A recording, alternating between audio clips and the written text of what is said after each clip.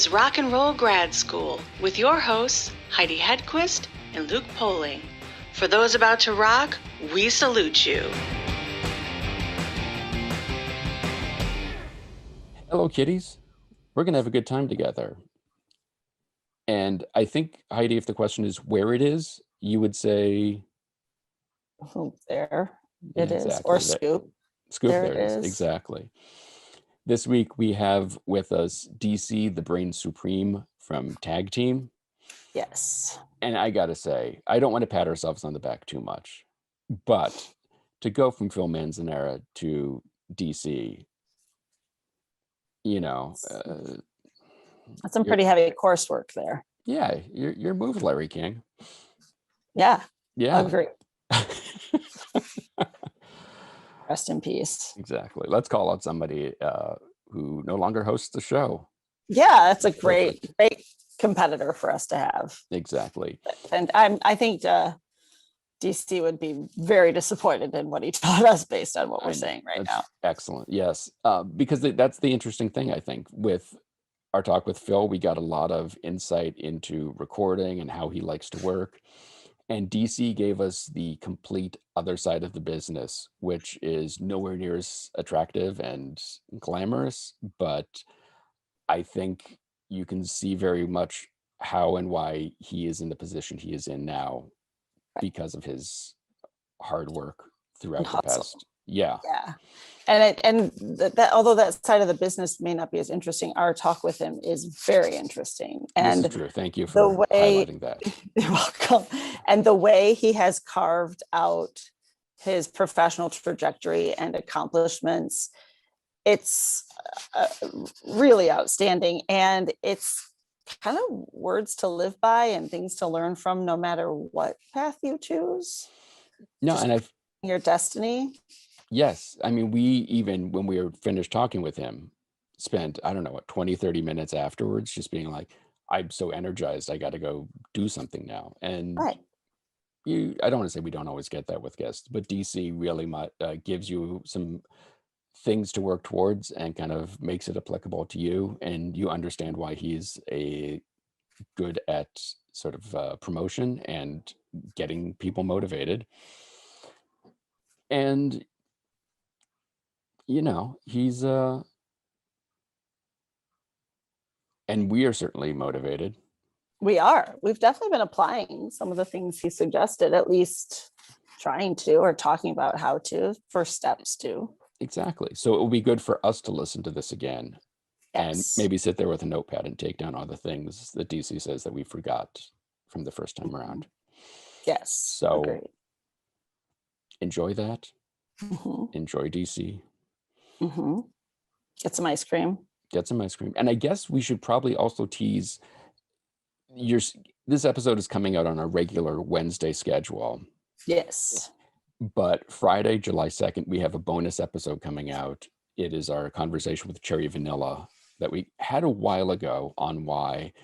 Yes. But any time spent with Cherry is worth it. Any time spent revisiting time with Cherry is worth it.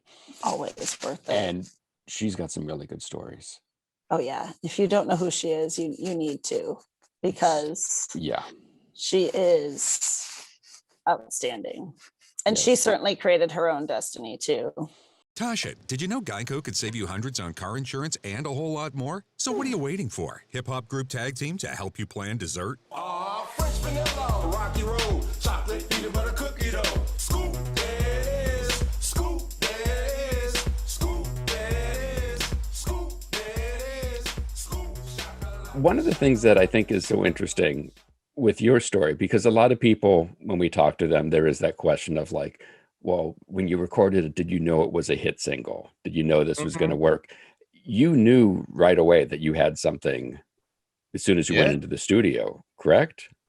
And I'm a young man and my hubris is out of control. Come on now. Like everything I make is a hit record, so that was it. But I was working at a club. I was working at like the #1 club in Atlanta at the time, and we recorded it that day, and I brought it to work that night, played it on a cassette, and to this day that is the biggest response on any record that I have ever had in my life. Because, usually play a record, there might be 2 or 3 people say, hey man, what's that? Where can I get it? I play Whoop, there it is. 15 people came to the DJ booth. Like, yo, what is that?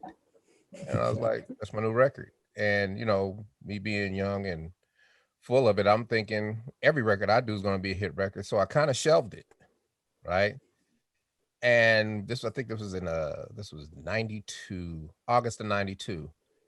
I think I shelved it to like January. One of the girls was like, how come you don't play Whoop, there it is anymore? I was like, I'll play it. Play it again. Same thing happened. But this time there was, back then we had record company reps who would bring us vinyl. Mm-hmm. And they would service the radio stations and they would service the DJs and the record pools. And his name was Alan Cole. He was with Columbia Records. And he was like, yo, what is that? And I was like, that's my new record. He's like, give it to me. I'm sending it to New York. He sent it to New York. I get a call from Columbia Records. I'm like, it's that easy? I gave it to everybody. And now I'm talking to Epic, A&M, Warner Brothers, Tommy Boy. I'm talking to everybody, right?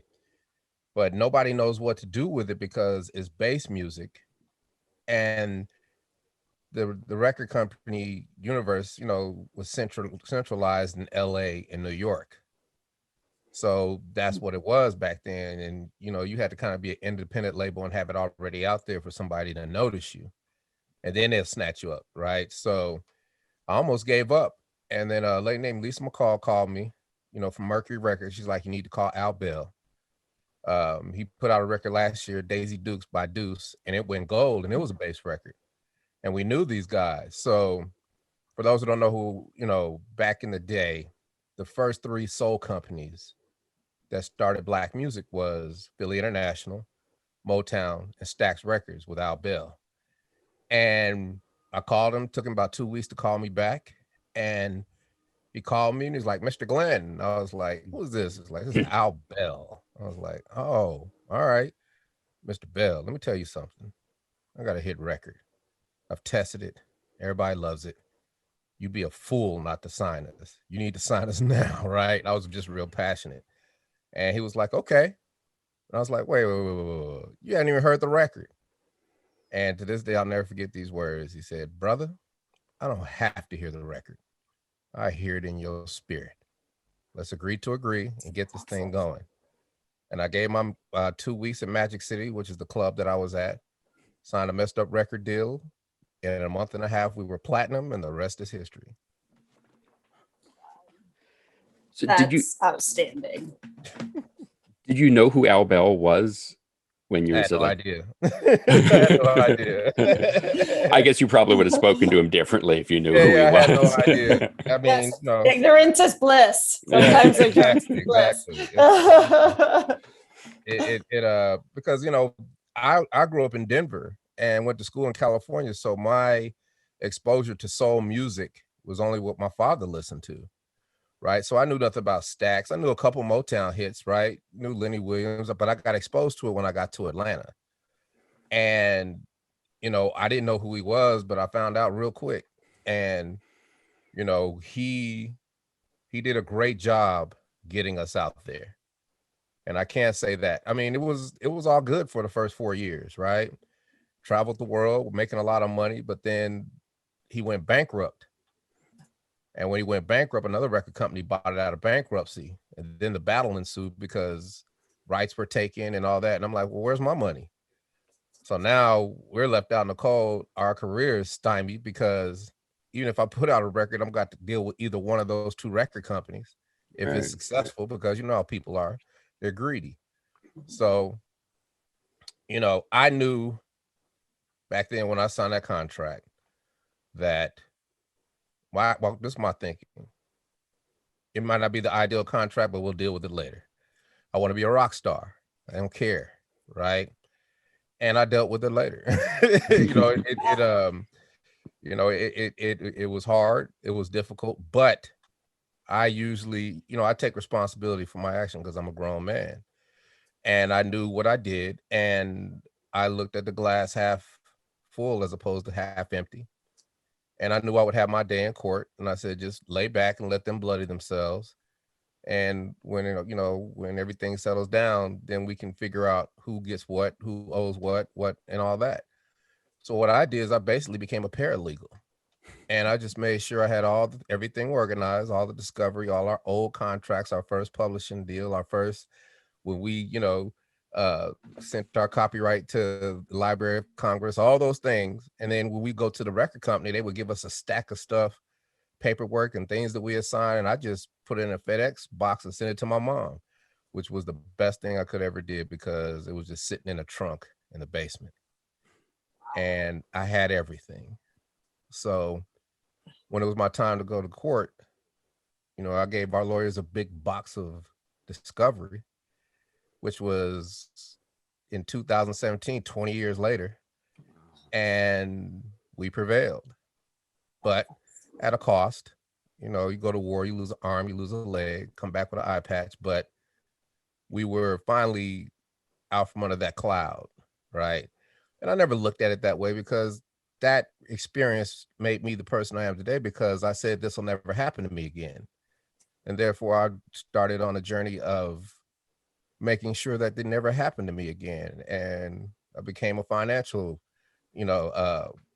licensed commodities broker because I said, hey, nobody's going to take money from me again. Right. Then I started running my life like a corporation because I'm like, I'm going to have a business and I'm going to flourish. And then, I'm back DJing now. So I'm like, well, while I'm DJing, might as well be the marketing director. So I put together a business plan and started, didn't realize how hard it was, but I put together a business plan and did a marketing presentation for the owner. And she cut me a check for 25 G's because I did it effectively. So I learned how to do all these things by running my life like a corporation. And about that time, I knew, this is like 2003, 2004, I knew that Womb There It Is would be an evergreen record because I'm sitting in a movie theater and I'm looking at Will Ferrell dance on the table to Womb There It Is and Elf. Yeah. Yeah. And I know that it's going to be played forever, every Christmas.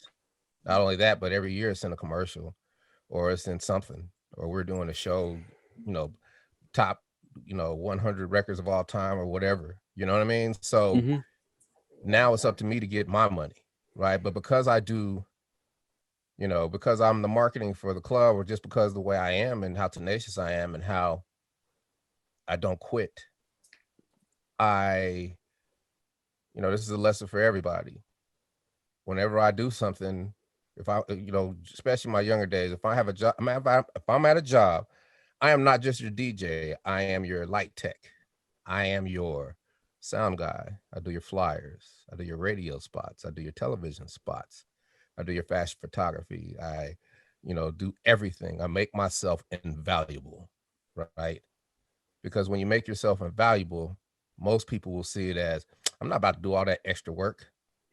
But what they don't understand is that somebody is paying for your education while they're paying you. If you just put forth the effort, it's just how you think about it. I just think about things differently. If I'm gonna be at this club, I'm gonna do everything I can and learn every aspect of it to be invaluable, where if they do fire somebody, they can't fire me. And if I do decide to want to go somewhere, they're gonna pay me not to go. And that's what happened for a long time. And that's all you have to do if you're in a job that you hate. Because even if you do that and you still hate your job, the transition to the next thing will be smoother than it is if you just get your feet taken out up front of you. You know what I mean? So Yeah. I try to tell people that all the time, but I guess it takes a special way of thinking to even want to have to endure all of that. But, I owe that to my parents because my parents worked me like a dog. And I've been, stemming collard greens and shucking peas since I was 5 years old. My mom had a prep cook. My dad made me wash the car and cut the grass and all those things, right? And I never have feared work. I always can get a job. I always will work. I always will work harder than everybody. And I try to get smarter. And since I am the marketing manager now of the whole club, I like doing the radio spots and I like how my voice sounds. Let me start taking lessons and getting mastery of voiceover. I start doing voiceover. I start SEO. I start websites. I start all these things that might just be, stuff that you do when you work at a club. But these were things that over the years I've become very masterful at, right? So now all those seeds that were laid have become my options 10, 20 years later. So if I want to do something because of my experiences, because I've trained in everything that I've done in my life, all these things serve me and I'm self-sufficient, right? So, that's just a testament to what I have done in my career, because when I started voiceover, it was hard. I didn't know what I was doing. I thought I could just whoop, there it is, my way through it. But I was wrong. I was very wrong, right? But I didn't quit. I kept at it. And, after the trial, I get a call. I was depressed too after the trial. Sure. I don't know why. I just, because, it was over and all that anxiety was off of me. But then the reality hit, what are you going to do? Because I retired from DJing. I don't want to be a 50-year-old DJ. So I'm like, what am I going to do? What am I going to do? What am I going to do? Then I get a call. Hey, DC, we really love your voice. We want to pay you 10 G's to do this. Bam, voiceover, because I didn't quit. Right. And then after I got that job, then it was like, oh, people started to recognize my voice. Then I got an agent, the biggest agent in the Southeast, the People Store Agency. They signed me. And now I'm really cranking. Right. And then I'm up at the office. I meet the owner. The owner's like, I love your face. Put him on camera. Like, what's that mean? Like, you're an actor now. What? Okay. What I got to do? Got to get headshots. You got to go to class. Go to my first couple classes. And I got hooked. And I was in class every day, sometimes 2-3 times a day till the pandemic. And I trained. And I'm still training. I'm training for 5, 6, 7 things. Because, the pandemic is probably one of the single most greatest things that ever happened to me, beside all the other stuff, right? The other stuff is the other stuff. We all know it, we dealt with it.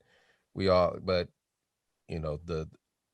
it forced everybody to stop at the same time, right? And then it was that same question, what are you going to do? Can't do shows, can't do this, can't do that. But because I never gave up, because I mastered all these different things, I knew I could go back to this. And I reinvented myself. And I went back to 2009 and I recorded everything I do and started listening to those old tapes and was just heartbroken because I had to, if you ever want to feel, if you ever just want to just really be depressed and feel just cringy, listen to yourself have a conversation 10 years ago. No, I'll take your word for it. Yeah. It's different to hear you say something, 1 or 2 lines, but to hear yourself have a whole conversation with another human being 10 years ago is heartbreaking. And I realized that, I thought it was my coaches that weren't training me right, but I realized that my obstacle was me, right? And, I got even more depressed, but then at the same time, I was inspired because I'm like, wait a minute, though. I understand what they're saying now. I get what they're trying to tell me because I'm an actor and I didn't give up as a voice artist. And acting and voiceover, they're kind of similar. So you learn from one thing and get better at the other, and they all work together. And now let me do this first voiceover I did that's making my skin crawl. And I did it. I listened to it. And it was angelic because it was the first time in my life I had mastery over my voice. And I haven't looked back. And I went through 40 2-hour sessions in the month of March when everybody thought we were going to turn into zombies and start eating each other. And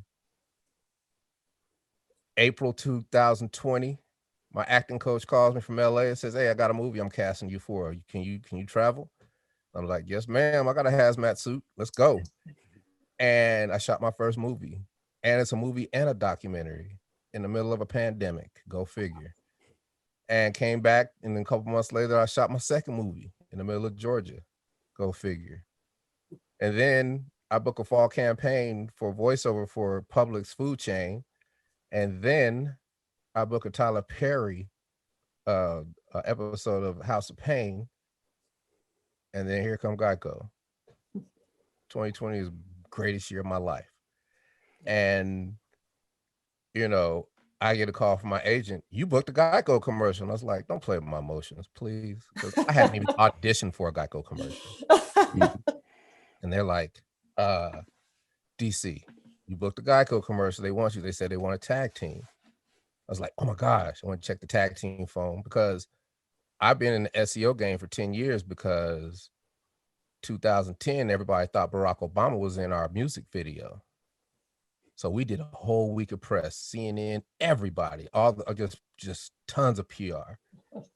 And at the end of that week, I was kind of depressed because I had nothing to show for it because we didn't have a web presence because it was, if people can't find you, they're not going to give you money. Right. Mhm. So I said, that's going to stop. And that's when I started my SEO career, search engine optimization, building websites, get on the first page of Google, that type of stuff. And fast forward, back then you type in tag team, it was all wrestling. You type in tag team today, it's all tag team. And, they called me. I didn't answer the phone. They went to IMDb, my acting portal, found my agent, called my agent. Now I'm like, this is synergy because my agent does these commercials. I'll let them make the deal. And it is the biggest deal that I've ever made in my life. This Geico commercial. It's so interesting. Oh, sorry. Go ahead. No, go ahead. I was going to say, it's so interesting. You keep using the word mastery. And just at the beginning, as you're talking about the lawsuit and everything else, as I kept thinking, like, you got your master's and it's sort of like you've just got, over the past, few years, multiple masters in multiple different avenues. Yeah. Through just the dedication of saying, no, I'm going to figure this out now. Because everybody's telling me I can't do it. Everybody's like, DC, you got tentacles everywhere. You can't do everything. I'm like, I'm a good photographer. Yeah, but you ain't making no money. It's not about that. But you got tentacles everywhere. I'm like, yeah, but after a while, they all become one. They serve you. And they used to say, DC, you the jack of all trades, master of none. I'm like, all right. But now, if you live long enough, you hustle hard enough, and there's this tactic. It helps me more than anything. I call it learn how to learn. You learn how to learn. Keep your emotions in check, and realize things are not a quid pro quo. Life opens up for you, and now you become masterful at some of those trades, right? So it's crazy because before this, I had a conversation with a friend of mine, and she was like, she had called me and said, what can I do for you? And I'm like, kind of nothing, because she's like, that's not true. I was like, yeah, it is, because the things I know how to do, only I can do. And if I got somebody, if somebody else did them for me, I end up having to do them twice. So therefore, the only way it's going to work is if I teach somebody how to do it. That's why I'm starting an internship program, because I'm looking for young individuals or any individual who is willing to learn what I can teach them. And in return, I will teach them how to make money from what I teach them and what they do for me. Perfect example, I need writers, right? But writing is difficult because you don't know how to write for me, right? You could do the regular writing, but it's more to it. I only know my vision and where I want to go, because I write for SEO, right? I write for different things. I don't just write.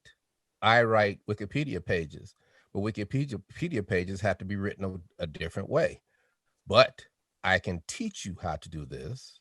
I can teach you how to fish. And now you're going to do all this work for me, but I'm going to show you how to make money doing it once you leave me, right? Because that is a very highly sought after field, people writing for Wikipedia pages, because it is very difficult. And one little mistake, you get your whole Wikipedia page taken down. That's why you have to pay somebody to do it that knows what they're doing. Now I can do that, but it takes time, right? So these are the things that I have to deal with on a daily basis.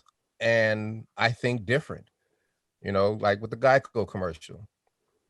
Everybody was like, I know you're happy. You're happy and ecstatic that you got a Geico commercial. I'm like, not really.